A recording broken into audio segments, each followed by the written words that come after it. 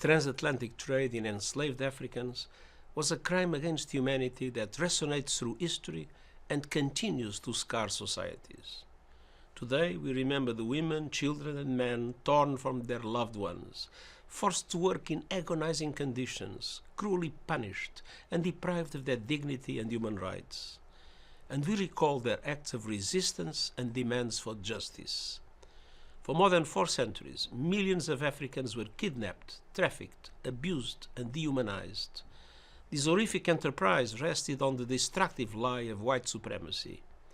And it saw many colonizers, corporations and institutions amass unimaginable wealth.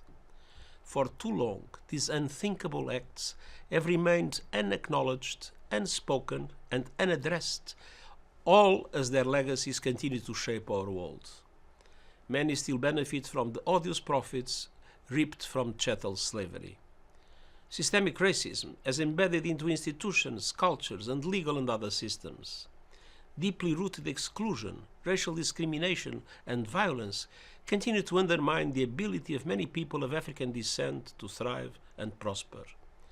As the theme of this year's International Day reminds us, acknowledging the horrors of the transatlantic slave trade is an essential step towards addressing the past, repairing the present, and building a future of dignity and justice for all. It is imperative to put in place reparatory justice, frameworks that address this terrible history and its legacies. And we must end the evil of racism for good. The human dignity of every person stands at the heart of the United Nations. We will always stand with everyone, everywhere, to combat racial discrimination and hate, and to defend the human rights and dignity of all.